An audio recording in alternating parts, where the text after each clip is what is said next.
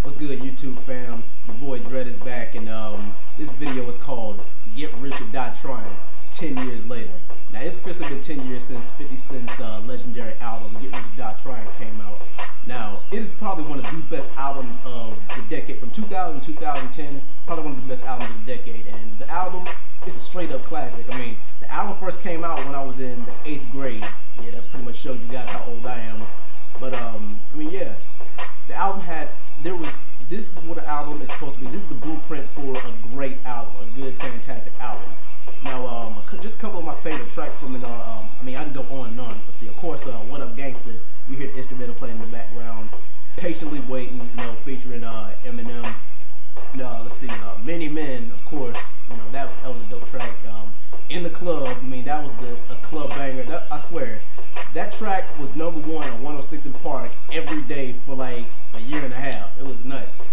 Let's see, Po Lil Rich, I like that one too. And then you got the 2 bonus tracks at the end. Well, Wankster, that was on one of his. I think that was on The Power of the Dollar. Somebody refresh my memory. But yeah, and one thing that also stood out was the features on the track. I mean, you know, G-Unit was, you know, up and coming. You know, everybody knew them from their mixtapes, but you know, you had Tony Yayo, who was in jail at the time. He had a hand in producing the album too. You know, Lloyd Banks, you know, talented cat. You didn't really see Young Buck yet. You just mainly seen just Tony Yayo and Banks. Oh yeah, and of course, this album was also famous for dissing Ja Rule, you know, because 50 Cent had a highly publicized beef with Ja Rule back then. But yeah, I mean, there's not really much else you can say. I mean, everybody I knew owned this album at least one point. Hell, some people I knew actually went out to go buy the album twice. And it's probably one of the only, I think it's like this album and like maybe 10 or 11 other albums in music history that have actually went diamond worldwide. Sold 10 million copies worldwide. But I mean, yeah, 50, like, some people say this is 50's magnum opus, his best work. And I agree, because The Massacre was okay. Let's see, what's it called? Like I said, none of his albums really compare to this. I mean, because it's just a classic. This album is just a classic album.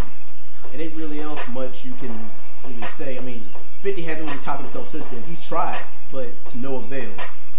But guys, what do you think about this album? I really think if they did come out with a special edition or 10-year anniversary, you know, album, copy of this album, I'd buy it straight up.